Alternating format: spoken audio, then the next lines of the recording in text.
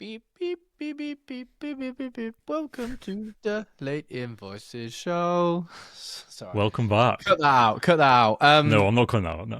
Hello, ladies and gentlemen. Welcome back to episode 94 of the Late Invoices show. My name's Matt Pearson. I'm joined by my co-host Cameron. Hello, hello. Mr. Hall, how's life? How are you? How's your week going? Yeah, man. Life's good. Life's good. Back on a schedule again, which is nice. So waking up at normal times. Yeah. Well, what I used to do is go to bed at 1, wake up at like 8 or 9, and I think there is something really motivating about waking up early. So obviously 7 a.m.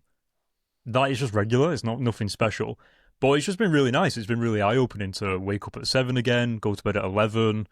And that's at night, 11 at night, just to clarify. Just to clarify. But yeah, I think I don't know how many times I'm going to have to learn this repeatedly through the years of my life, but waking up early, even though I like working late and being creative at night, nothing beats just like getting up early. It just kind of sets you up for the day. And so I've learned it again that waking up early is like the shit. Other things as well, I uploaded my YouTube video, which is cool. Yes. So can you put a link in the show notes for people? I need to go and watch it myself. So probably after this call, or whilst I'm waiting for Dill at the train station, I'll get it up on the old Tezzy on the screen. And here you go. Well, here's a screen recording of it, mate. Okay. Oh, no, Creating Without Expectations, 3D, not 3E, Artist Day in the Life. It's already got 11 likes. Nice. Yeah, it's got 53 views. Nice. So remember, it's not about the numbers. It's not about the numbers. It's not. Mate, beautiful shot. Look at that composition. Thank you, man. Thank you. Yeah, I tried to. Yeah, I've got like a bunch of top down. Like if I just I'll play it. For people that are listening, I'm playing my YouTube video on screen. Obviously, it's just my YouTube video. It's nothing super client projecty, but yeah, like I've got, I guess, like my eye and my angles that I like and stuff like that. And it's just a documented process of me doing 3D and my motorbike project that I modeled. Yeah, so the actual 3D project took me like 5 weeks, and then the video took 4 weeks. So this video, I've literally just been like, fuck, I can't wait to get this uploaded just for the sake of being able to move on from it. Yeah. But yeah, man, so that's that. It already looks mega, man. You need to kick out more of these. I know it took you 4 weeks, but like it looks really, really, really good from what I'm seeing on the screen. I'm going to try and make it a bit more documented. So instead of me sort of like doing everything and then going back and being like, right, what can I make the video about? I'm just going to do something like a week in the life of something or whatever, and then whatever's in that week is like what the video will be about. Yeah. Nice. So yeah, that's cool.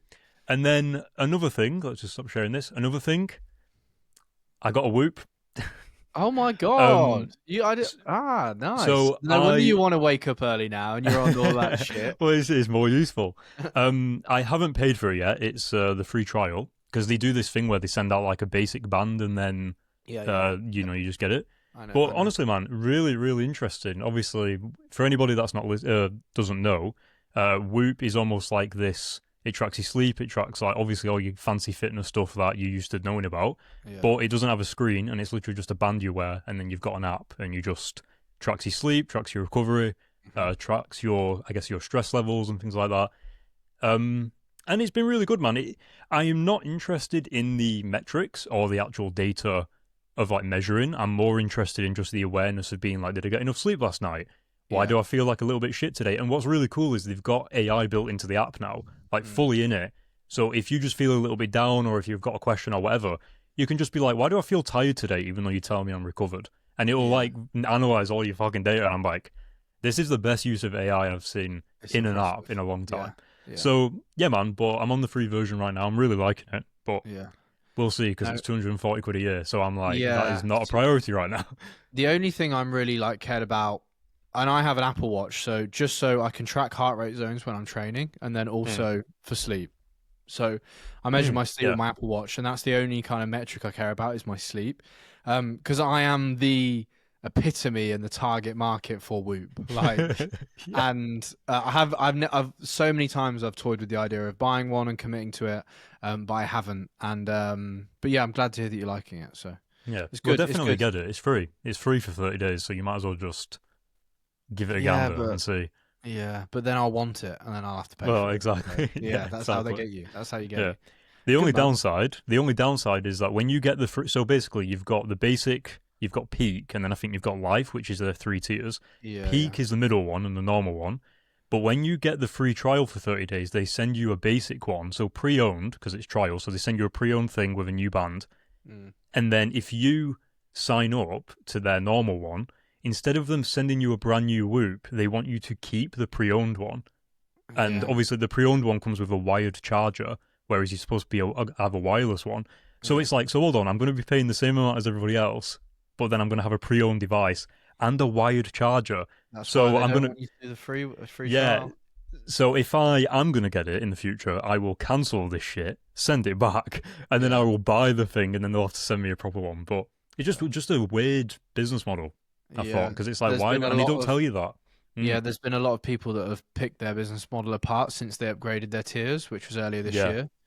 I watched a few YouTube videos on that. It was very interesting. But anyway, I digress. Yeah, man.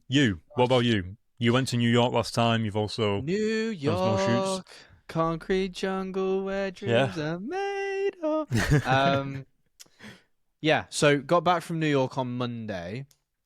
And for anyone listening that travels with work, travels abroad, I want to recommend an app to you. It's called Time Shifter. And this app was recommended by Stephen Bartlett on one of his vlogs. And shout out to Will and Alex Felsted, who we know, who now work with Stephen Bartlett and travel around the world with him, shooting his vlogs and stuff. So I was watching it, and basically he recommended this app called Time Shifter. Now, essentially, it's free, and I don't know how many flights you can use until you have to pay, but you basically input your flight number and your flight back, where you're traveling to, what time you usually go to sleep, what time you usually wake up, if you usually drink caffeine or not, if you take melatonin tablets to help with jet lag, whatever.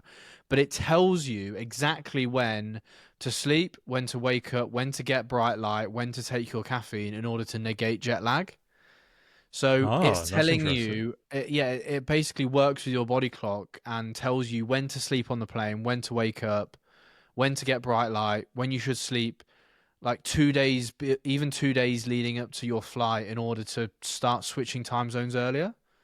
I see. So you mean before you even set off from your home? Yeah. I was thinking whilst you was there, like you was talking about. Also while you're there, it's like a bit of both. But so I basically used it. And on the way back, it started telling me so the night before we flew, I went to sleep earlier. I took half a melatonin tablet to knock me out earlier, and I started adjusting my time zone so that my jet lag wasn't very bad. So basically, when I got back, I had no jet lag. It was bloody brilliant. Amazing. What's the time difference? Is it 5 hours or something? 5 hours, which obviously is not massive, and it's fine when you go out there because you wake up early and you go to sleep early, which is fine. But it's when you come back, and I knew that I had to be up at 4:30 for a shoot on Wednesday, and I was like, when you come back from the west to east, so you come back from the US, that's when you sleep in, because 7 a.m. there is what 8, 9, 10, 11. It's midday here, so when I was out in New York, I was still waking up early at about 5 a.m. and I stuck with that. US time, and then when I came back, I shifted early. I tried to shift early because I knew I was up for shoots. So, highly recommend this app, Time Shifter. Anyone travels for work and deals with jet lag, it's 100% a no-brainer. I'm seriously impressed with it, and no affiliation or anything. Just okay. And what did you say about the payment as well? So it's free for how many times? I don't know. So it obviously says it's £21 for the year if you want to pay, and you know how usually things pop up and it's this is the price, but if you just click X at the top, you can just still use it. Okay. And so many people get tripped up by that, so I just clicked close, and it allowed me to input my flights for this trip, and I could use it for free. Now I don't know how many times you'd be able to do that until you had to pay, but I would highly recommend it. I've already sent it over to a few mates for people that do travel because it's really good. But I digress. New York trip was phenomenal. I don't know if you saw my reel that I posted, that I said I was going to make the whole not the whole purpose of the trip. I can't believe. Oh wait, I think did I see the one with your dad? Yeah. Oh, I did see it. Yeah. I did quite well on socials, and it was very wholesome, and it went down well. I've even had a brand I know contact me and said, "We'd like to send your dad some clothes." Oh my god, that's So amazing. this is funny. But yeah, so New York was great. Maybe you should start making content with your dad. I don't know. I You don't want to know, go down that route. it'll be like Deji and his dad from Yeah. KSI. It'll be like, have you seen that guy where he basically looks identical to his dad and he like reacts to videos on YouTube or something? I haven't. It'd be like Giuseppe streaming. with his nonna. Yeah, oh yeah, exactly. No, I'm not gonna go down that route. But I thought your dad loves the camera though. Yeah, I don't know. He pretends like he doesn't, but I think he does. Oh yeah. But no, it was a great trip. Was really impressed with the Ricoh. So obviously I took the Ricoh GR3. Yep. Some of the shots I got were great. The basketball was great. Just a good trip. It's one of those holidays where you feel like you need a holiday to get over the holiday. It's stimulus overload. We walked 55 miles in 4 days. So it was like 29,000 steps a day nearly. Yeah. So a lot of walking, a lot of sightseeing, but it was a great trip. But I'm pleased to be back at the desk and back into my routine. It took me like a little while to get back into things, but I had a shoot yesterday and that went well, and I feel like now I'm back into a rhythm again, which is good. So okay, very nice, yeah, that's brilliant. Yeah, I'm glad you had a good time. And did you see any celebrities? Any NYC, like Casey Neistat flying past you on his hover on his Casey Neistat's the one person I'd love to have seen. Didn't see anyone, and I thought we would see some people in Soho House. We went to the roof Soho House, went to both of them, and had lunch there and dinner there. Didn't see anyone. I think my dad was quite excited that we might see someone, but if we were going to see anyone somewhere, it would have been probably there. But no. I feel like Casey Neistat is like a landmark of New York now. It's like going to see the Statue of Liberty. When you think New York, you just think Casey, don't you? Yeah. 100%. But no, man, it was good. So, anywho, let's go on to today's show. Okay. So, before we get on to the topic, me and Cameron basically want to do a bit of a 1-year review of leaving London and how we felt about that, and if we feel like it was the right decision for us, the wrong decision for us. Do we think it's affected like our work, etc.? And we'll kind of just have a general conversation about it, because I know we did an episode when we left saying like, do we think we need to be in London to have a successful career? And we both gave our opinion on it, but it'd be nice to just do a 1-year review of how it feels. And for anyone that might be interested and think about leaving London or feel like they need to be in London. So we'll get into that. Yeah, especially because we used to be big advocates for, we've done previous episodes with like needing to be in a city or live in London for work and stuff, so it'd be good to touch back on that with our perspectives. With new knowledge, new insight. Yes. But okay, firstly, I'd like to touch on some quick news. We'll fire through this. First one is the new Instagram Creator Gold Rings, which was very interesting take from Instagram that I wasn't expecting. I think to sum it up concisely, Instagram had a panel of very, very famous people, from Spike Lee, for example. So a bunch of famous creatives, and they essentially decided to award creators around the world that are doing very, very well. And they, like how in basketball or the NFL, if you win, a series or the Super Bowl, you get a ring. So they've kind of done the same concept with this. You get a gold ring, which I believe is designed by Wells Bonner. I'm not sure. But anyway, you get a gold ring, which you can see on screen here. Cameron is showing. And many people won the award. Cole Bennett being one of them. Gabriel Moses being another. That's a picture of the ring there.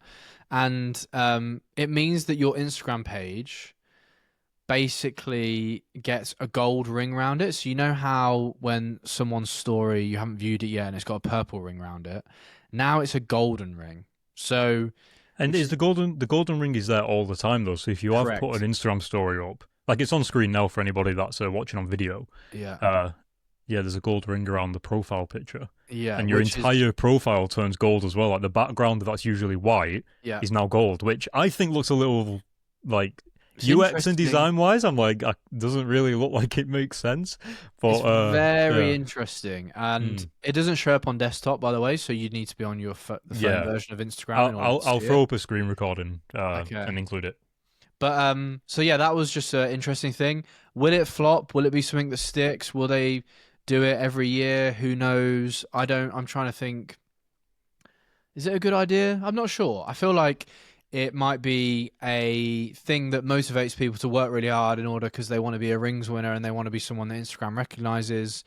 But also, don't let that identify you as an artist and how good you are as an artist, because it ain't about good shout, yeah. it ain't about a gold ring on Instagram. That's for damn sure. But it's an interesting concept. Yeah, and it's a surprise as well. I think this is it carries the same status currency as the Twitter blue tick before people could pay a subscription for them. So, I mean, again, on Instagram, you can buy a blue tick, but it doesn't really... It just kind of verifies you a little bit more now, whereas this gold ring seems a little bit more like you're the real shit. Like, you've got a gold ring, you obviously mean serious business. It's almost like an award as well. It's like, I guess like when an agency on the website wins an award or something, yeah. So it's got that vibe. It has got that vibe. And to have your name associated with people, you know, like Cole Bennett and Gabriel Moses, like to just be in the same like award space as these people, obviously, which is very interesting. So yeah, I think it's certainly cool, it's certainly different. Fair play to them for trying to do something that you know, pushes the boundaries and recognizes creatives that are very talented at what they do. Fair play. And use it as motivation if you like, in order to get one and work harder and put out more creative work. But by no means, like, it doesn't define you as an artist if you haven't got one. So that's my 2 cents on that. Especially if you have to be given it, like awarded it, then it's a little bit like, again, it's a bit like the Oscars. It's a bit like you kind of have to be selected for it. Yeah. They're creative awards for creatives, aren't they? Which we don't really have, do we? Like you say, like obviously the Oscars you have and all that kind of stuff. Yeah, you have the YouTube play button and stuff like that, but YouTube is almost in like a league of its own because it's you know, it's like the original thing. But I would say I am interested in how they're going to reward creatives on Instagram in the future, because you don't get paid for views, you don't get paid, like YouTube like has like AdSense and GIFs and stuff like that. And I know Instagram has GIFs. It's like is it like universes or some galaxies or some shit that when people are live. No, it's like on Instagram Live as well. Okay, like yeah, if you're live, well, have you not seen that meme of that guy that quit his 9 to 5? And he was like asking for a galaxy on his Instagram Live. So basically, this guy made Instagram content and TikTok content about him having a 9 to 5, and then he got so big that he quit his 9 to 5, and then his content, like his content was based around, you know, having a 9 to 5 job. So he was on live, sort of saying, someone was asking him a question, and he was like, "I'll answer that for send me a galaxy, bro." And it was like £20 or something to send the galaxy, so it just became a meme. It became a meme. Right, okay. But yeah. Anyway, let's push past this. You carry on, Matt. Yeah.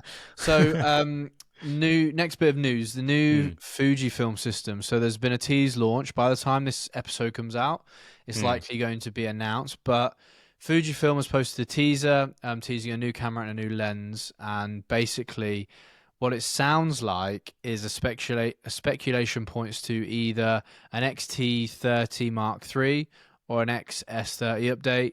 So smaller hybrid cameras for someone that's looking to step into a mirrorless body system for the first time. APS-C sensor, not full frame. So yeah, Fuji's been pushing storytelling and accessibility. Blah blah blah blah. Accessibility lately, targeting content creators who want to film with a digital convenience and film feel to it. So, yeah, do we need another Fujifilm body? I don't know, but I'm just letting you know the latest news. So that's one thing, and then the last thing is GoPro stocks have jumped after their new 360 camera launch. So they've spiked. I say spiked. They've gone up by 5%. If you can call that a spike, I'm not sure. It'll probably come back down by 5% in like a month or two. So maybe after their attempt to re-enter relevance in the creator and VR space. So investors see it as a possible turnaround, a moment after years of stagnation. Who knows? Well, time will tell. Yeah, well, you use 360 cameras a lot in like VFX and stuff like that. So all of a sudden, GoPro can now be in. It's like DJI making like DJI Osmo and stuff. It's like suddenly a camera that was never sort of like used for that thing. He's now like, oh, GoPro's part of the 360 camera thing now. Yeah, well, it needed to be. You needed to be. Oh yeah, of course. It's kind of weird that GoPro took so long to make something like super relevant like that. Yeah, true. Because they used to be leading the thing, didn't they? So yeah, interesting. Yeah. So yeah, that is the latest news for our news segment. So let's get into today's topic for the show. Cameron, I'm excited to talk about this one because. Are you? Well, let me. I think so. Well, it was pretty. I don't want to say it was controversial, but we had quite a few comments online and also from our podcast episode talking about when we were in London. I think it was our Christmas episode from like 2 years ago or something, or a year ago. And obviously we were like really big advocates about being in the city, and especially at the beginning of your career. And now it's like, it'd be good to go back and, you know, give a less naive answer. Maybe is the right way to say it. Okay, so let me ask you a question, Cameron, to dive into this topic. Do you regret leaving London? Yes or no? No. Okay. And what has been the biggest benefit you have found no longer being in the city? So obviously this is personal to me, but I am I value more of like freedom and like security. And, you know, like, again, like we all know this, like listening to the episodes, like I'm a big advocate for emergency funds and like having contingencies for every possible scenario. And I just think moving out of London, bills are cheaper. The pace of life is a lot slower. So you don't actually feel like you are trying to catch up if you do take a break. And I don't know, I think everything's just a little bit more like you're used to going full speed in London, that when you move out of London, you're kind of like, wow, everyone else is so slow. So you're coming to this regular pace of living with like a little bit more of like it feels slow, but it's actually normal, but it's slow to you. You know what I mean? Well, so you're almost ahead. Yeah, and in an energy wise. Yeah, you're back to kind of the point you were just saying. You're having to run at a certain pace in order to just maintain and survive. Whereas here, it's like you could have, you know, a bad couple of months, for example, where, you know, work's quiet, you go away, and you don't have to worry about it. Whereas in London, if you have 2 months of no work, you're like, crap, because it's harder to save. You are living more like paycheck to paycheck. Everything's more expensive. Whereas here, it's like your cost of living is so much lower that, you know, you could decide to go away for a month and it would actually be totally fine and there would be zero stress involved. So that comes back to kind of the freedom point you were saying. Yeah, exactly. And I mean, if we've been listening to the recent episodes, well, actually, I say recent episodes, like all year, basically, I've done like way less work this year than I've almost done like maybe like 4 projects this year, maybe. But the reason why I can do that is because I've been able to slow down enough without like thinking that I'm going to go homeless. And I can like reevaluate, like, okay, instead of just, I think you get used to working constantly. Like, you know, like in London, it's that thing, like, I don't want to say the rat race, but it's a bit more like you enjoy working, but you almost enjoy working because there's a lot of it. And so you keep going and you keep the ball rolling. But it's more about the approach now for me, where I can stop and then I'm going to get back into it, but I'm going to kind of do it the way I want to. I'm going to say yes or no to projects that I like. And it gives you that flexibility, I think, which I didn't realize I knew. I didn't even know about it really until moving out of London. So yeah, it feels a lot more deliberate. Like you can have like longer thoughts. You can take a day to think instead of like taking an hour, if that makes sense. Yeah. So yeah, you feel less guilty for taking time off and you can think a little bit more, which is nice. It gives you space. So no regrets from you then? No regrets from me. No. Okay. It's actually been very good. Yeah, good. What about you? Do you miss London? No, not at all. I don't miss London at all. I'm not sure. I think I've said this maybe on previous episodes, but I am the calmest, clearest. I have the most clarity I've ever had in terms of where I want my career to go and the direction I want to take it and the work that needs to be done. And I think that's just come from having way less noise and stimulus. Obviously, like every person's situation is, different. I was in London for 7 years, and I was coming to the end of it. Me and Yaz wanted to buy a house in the countryside. We've got a beautiful home. I'm so lucky. We worked hard for it, and it feels like home because of that. If I was living on my own in the middle of nowhere and decided to leave London and I didn't have friends nearby or a partner that I live with, like it might be tough. It might be a different story. Yeah. So I was ready for it, but from a career standpoint, I feel like I have had, like I say, the most clarity I ever have. And I think that's just no distractions. I don't have a mate text me being like, "Oh, should we meet up and go for a coffee or go to the gym or do you want to go to the pub this evening?" Or flatmates that I live with. Like I live with 3 other lads and 4 lads in a house. It's like, oh, like I can hear that Scott's finished work downstairs, so I'm going to go down as well and chill out with him and play FIFA with him on the sofa because that's how it was, And now the only person that can distract me at home is myself. That's it. I like how you had 4 flatmates. Like I had 6 and I just barely saw them. Yeah, I know. Yeah.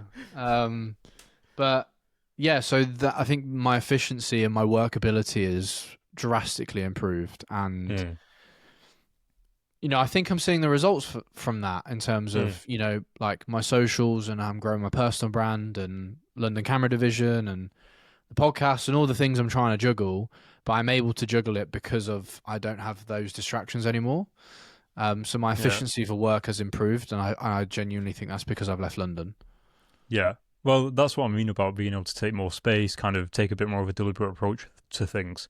But it's also like, because everything is like a lot cheaper than what we're used to in London, you don't really feel as bad if you don't have work, or if you do spend money on something, or if you do go away. Like there is like, again, that space to just be like, it don't matter. Whereas in London, like if you lose a job in London, right, like you've got a project and it gets cancelled like 2 days before you go, that it's fine, but like at the same time you're like, I needed that for my rent. Yeah, basically. Yeah, and that's not just if you are earning good money, because obviously there's a lot of creatives just in general that it's like hit or miss, isn't it? But I would say that personally for me, like I feel like I was doing like well, and even still it was like you had to save a lot in order to be able to like just get still. Exactly, yeah. Like if you took, say, like if you didn't have work for 2 months or 3 months, which was obviously usually a rarity, but you would lose like $5,000 just because you didn't earn anything for like 2 months or 3 months. Crazy. Like because your bills, like rent, and obviously we all know, like we're not complaining, but it's just weird. It's weird how you don't realize kind of the impact it has on you from like you think, yeah, I'm moving to London. This is great. Like, I'm prepared for this. Like, I'm stepping into this thing. But then when you come out of it, you go, whoa. Like, I didn't even realize, like, the kind of impacts that living in a city does have on you. Both good and bad as well. Also, going back to, like, finances, I would, just living in London, it would be, oh, should we go to the shop for lunch? And you spend £5 at the local shop. Oh, should we get a coffee? You spend £4 on a coffee. And before you know it, you've left the house, you've got the tube, you've got a bus, you've spent £10 that day, just easily. And that adds up over a week and it adds up over a month. Whereas now it's like, I will not spend any money. Like, I'll do a food shop once a week. That's the only money I'll spend on food. And I don't buy coffee, I make my own coffee at home. And like, I charge my car. It's electric. It cost me £2 for a charge. First of all, you have a car. Yeah, I have a car now, which is phenomenal. Yeah. But it just that's what I mean. Like I just don't spend any money. Like I haven't spent any money today. I won't spend any. Do you know what I mean? I won't spend any money tomorrow. I'm going out for dinner later, but with a friend, so I'll spend money then. But I look back at the week I've had, and I haven't spent a penny. And it just makes all the difference in terms of like I think long-term financial planning. One of the reasons I left was because I wanted to save for my future. I wanted a family. I want the dream house. I want all of those things, and I needed to earn the same, if not more money, but reduce my spending in order for those goals to arrive sooner. And that needed to happen. So no regrets from me from a financial standpoint. I'm way less stressed and happier. And financial stress is such a real thing, especially in today's world. I think, you know, times are tough at the moment. Like, it's Oh expensive my to god, yeah. live. Bills are expensive. Gas, electric, water, it's all expensive. Council tax is the highest it's ever been. There's no mistaking all of those things. So, um, leaving London definitely relieved, I think, a lot of the pressure um, Mm.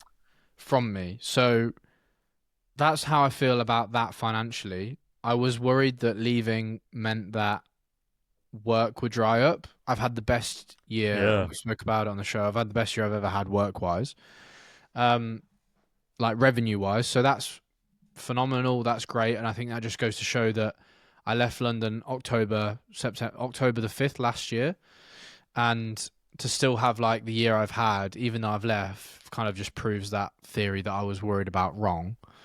So it's interesting. Well, it's interesting for both of us, right? Because I'm doing things a little bit differently than what I was doing in London. Whereas you're still turning up on set, you're still going to studios. Whereas for me, I'm trying to make my life more remote Yeah. because that's kind of the direction I want to go, just like future wise, and you can work from anywhere, stuff like that. I just think it makes sense for me. But I found that, yeah, like I still seem to have gotten offered work from my network and things like that, whether it's editing or whether it's grading or whatever. And obviously, yes, there is like a large reduction in the work that's coming in, but it's also because I'm accepting different types of work. Yeah. So I think, just off the top of my head, like I do think if you are a creative that is in person and say like you're a camera guy or you're a photographer or whatever, like, and you need to be on set, there's definitely way more opportunity just by like being in the city. From like a physical perspective and just being like, you can go into an agency, you can turn up on set, you kind of just get stuff by being there in a way. Whereas remotely, if you're an editor, if you're I kind of wait, disagree wait, with that. wait, wait, wait, let me finish. Whereas if you're an editor, like, I think you can, if you're an editor, you work remotely, whatever it is, I do think that you probably can do it the same kind of outside. If it was 50%, let's say it was like a 7 out of 10 outside of the city as a remote person, I feel like it would be like an 8 out of 10 or like an 8.5 or 9 if you lived in the city. Like, I feel like you could make it work. So for me, yeah, like going remote, I'm a little bit more like, oh, well, it's fine. And also the bills are cheaper, so it's manageable. But if I was to have to be on shoots, mate, I live quite far away from London. I live You like do, 3.5 yeah, hour train journey yeah, away. yeah, yeah, And I feel like if I was still bothered about being on set, then I would be like, I would probably live outside of London, but I would live like on the outer borough or something, yeah, like, yeah, or like yeah, similar to you where it's like 40 minutes or whatever it is yeah, for you. yeah. So yeah, but what do you think from your perspective with, turning up to shoots physically? So it's funny because honestly, I would almost argue that 50% of my shoots this year haven't been in London. Mm. Like, I've been driving all, like, yesterday I was in the Peak District. I've recently drove to, oh God knows, the Cotswolds, Norwich, Manchester, Chester, Getting the like use out of that Peak Tesla. District. Like, I've been everywhere, mate, and it's Mm. like half of them aren't in London. So I, That's a good point, actually. Yeah. I'm a big Mm. believer now in, and I always preach this, and I preached it on the last Mm. episode. Let the work do the talking. But if someone wants to hire you Yeah. and they love your work, as long as you're within like a 2 or 3 hour journey, they won't care. Like, that's down to you if you want to make that journey and make that effort. But if they love your work and they want to hire you, then they will hire you. It doesn't matter Yeah. if you're in London, an hour outside London, 2 hours outside London, they're hiring you for your work. And if you can make it there, you'll make it there. That's on you. That's not on them.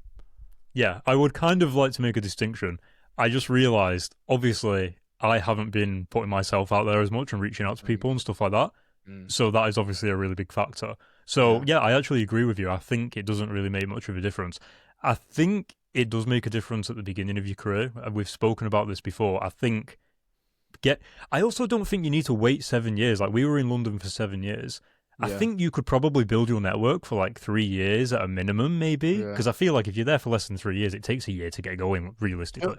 Also, So, now though, that was my opinion, but now I've left, I'm now kind of like, yes, it's handy being there in person, but mm, also I can go in for the day and organize 3 or 4 meetings on that day, and meet people in person, and it's so much more efficient. Yeah, but as you now, if you was a beginner and you was trying to make a meeting with someone, there's probably less people, there's probably less yeses. You know, I think if you are wanting to like speed run, regardless whether you're in London or not, you have the same issue. If you you manage to book a meeting in, then great, you go in for it. But also, like, you can just meet people on Zoom now. Like, I've touched base on a call with people before, and like to try and grow my network, and the chance of them saying yes to a call is sometimes much higher because that's a good point. They might be somewhere else. It's easier for their schedule. They don't have to leave the house, commute for 40 minutes to meet you, commute back, spend money just to meet some random creative that they've never met before. Yeah, I think like you can do that remotely. 1,000%. Yeah. You can grow your network that way, and I feel that now. And now that I'm out of London, it's almost like it's easier for me to jump on a call with an agency as well and touch base with someone and feel like I could get to know them over like an hour chatting away on a Zoom or whatever. And that's now kind of a part of my network, and you can do that from anywhere. And I think obviously COVID changed that, but I don't think you have to meet people in person. Obviously, I think it's great if you can. There is more of an emotional connection and personal connection there. However, I don't think it's completely necessary. I think you can jump on a Zoom and chat to people, and grow your network that way. And whether you're based in Birmingham or Manchester or outside of London or whatever that looks like, I think that's 100% possible and is a way that we can grow our network now. One of the things as well, like, I think the way you do things is a lot more apparent. And what I mean by this, like, if you're remote or if you're working outside of the city or whatever, you build your network in a particular way. And so as an example, when I was living in London, the network I built, they were all aware that I could work remotely, but I'm also in London, and so they could send me a hard drive. I could go on set and DOP for the day. Like, there's all this. And then when I moved out of London, I almost had to update my network and be like, obviously I'm still available or whatever, but like, you can't just send me a hard drive and it takes like 30 minutes to get to me anymore. Like, I live 3 hours away. So I now doing 3D, I'm very particular about if I am going to build a network, you build it as a means to go on. Like, you build it in a way where, hey guys, like, I'm only remote. So then that way, it's almost like the intentions are kind of there and people know you're in a relationship with you is, I guess, a bit more set. So I think just a bit more deliberate. Like, there's a little bit more thought that goes into every aspect of, like, kind of, nothing's like a waste, which is good, but it's also like, oh, like, I should probably think about these things a little bit more. So yeah, like, if you're happy not living in a city, then I think you don't really have to move to the city. But if you want to speedrun all that shit and be in the thick of it and, be going at a little bit of a faster pace, then maybe that's worth it for you. It's obviously, I'd say the one downside, it's obviously easier to meet with other creatives in the city. That's the big thing, right? And opportunity. You're in front of opportunity. Just like walking the street, like I'm pretty sure I've got like 1 or 2 shoots just by being in the street as someone's passing and I'm holding my camera, or you get a contact or something. Like, people are just in the city, they're given opportunities and they're also looking for opportunities. So there's a little bit more. Whereas living in the countryside, I'm not going to come across like a producer by happen chance, know. So that's what I mean. Yeah, like passively. Yeah, no, it's very true. That's very true, and it's definitely some food for thought. Meeting with other creatives is hard. I make a very conscious effort to jump on the phone, jump on a FaceTime, whether it's with like someone like yourself, Jack in Australia, or like Fred, or whatever it is, to just try and like, oh, what are you working on at the moment, and touch base, because that's kind of my creative like friends, and I can't meet them anymore for a coffee. Like, I can't just meet you in the office and we can go back and forward on stuff. So I think that's the downside, but to negate that, I make an effort to jump on calls, and that seems to kind of tick that box for me. Like, I don't feel like I'm missing out, and if I do want to go into London, I can, and I can see Ben and we can go for a coffee or whatever that looks like. But I think that, that's the one thing, that there aren't creatives that are super nearby that are really accessible. But as long as you've got a plan in place to deal with that, then I think it's fine. Yeah. I was going to ask, what did you like about London Is there anything that you specifically like stands out? There's like an energy, and it's like when you go to places like New York and stuff. There's a creative buzz. There's a creative energy. There's inspiration to be found from all around you. At least there was when I was younger. And you know, there's this buzz that everyone is like trying to make shit happen, and they're trying to chase a goal or a dream. And that energy is, you can feel that, and I think it's good to be around that buzz. But as I've got older, I found that like I don't need that buzz to motivate myself anymore, and so that's what's changed for me. But London for me was just a point in time to have loads of fun, man. Like, but when I found the person that I want to be with for the rest of my life and wanted to settle down and stuff, it was just like, well, I'm not fussed about going out anymore. I don't drink anymore, and like it very quickly, you know, I was there for a social life, and my social life and social priorities changed massively, and yeah, I miss the food. That's what I miss the most. The coffee shops and the food. You know, man. I was gonna say like the being able to go out your door and there's a cafe. I had a cafe at the end of my street, and it was like a proper breakfast place. It's a great cafe, yeah. Yeah, it was expensive though. Yeah, of course it was. But yeah, like definitely like the spontaneity. I do miss the tube. I miss the London Underground. Like I don't know why, but people in London don't seem to be too fond of it. Whereas, I mean, back when I was living in Manchester before I moved to London, public transport was almost like non-existent. Like the bus would be late, like an hour late, and the train would be late all the time. And in London, oh, the tube's late. Oh, how long by? Oh, 3 minutes. You're like, oh, it's not even late. It's just driver probably just went to the toilet or something. I don't know. Like there's just all these things. So yeah, like that's what I miss. The convenience about London, really. of the city is nice. So the coffee shops, the food, the transport, the immediate, you know, anything you want, you can have straight away. Everything's built around convenience, yeah. Yeah, but then I think that plays into a mindset of overconsumption, which I think can become unhealthy. And being back in the countryside has kind of slowed that down and stripped that back for me, which I've really enjoyed. So yeah, to summarize, no regrets from me. Sounds like no regrets from you. And I think that might have been obvious to some of the listeners, but I just thought it'd be good to chat on it since it's been a year since, you know, we've left. So just like a bit of a yearly reflection to end today's episode. Yeah. And I was just going to say, I will have more of an opinion probably when I start looking for 3D work again. I'm doing an editing project this week and next week, but it's from someone I already know, so it's like just came to me. But yeah, I would be interested to see what it's like to try and start freelance again in a different industry. Well, same industry, different thing. And maybe in a few months' time when I'm doing it, I might be like, guys, I'm fucking moving back to London. Like this is impossible. I doubt it. All of your networking will be done through your computer and your phone. And I think that I'm excited for you to create your first 3D project. So, but like not paid, like doing a personal shoot, but for a brand that we know. So whether it's Jack sunglasses or, do you know what I mean? Or something like that. Like I can't wait for you to create something that can be for a brand in the current climate. And like, I know you've been making stuff like a Tesla and a bike and a helmet and all that kind of stuff, but seeing like a brand that we know and creating something and taking that and then using it for marketing, I think will be really cool, and I'm excited for that. So yeah, I think I'm definitely feeling maybe what some of the listeners are feeling. Like you have to like doing a personal project, and then you kind of need to wait to like reach out to people, or your portfolio there's not as many projects on it maybe yet, even though you've already put loads of time into it. Like I'm definitely feeling some of that stuff. But just as like a brief thing, I would probably do personal projects, make YouTube videos and upload Instagram reels probably weekly, or like every other day. Like I feel like that would just be a strategy, and then naturally reaching out to network and stuff. But that's probably just something at the moment that is at the top of my mind. But yeah, man, well, I'll let you know if it works, guys. When you're ready to commit to that, I will hold you accountable. But you need to let me know when you're ready for that.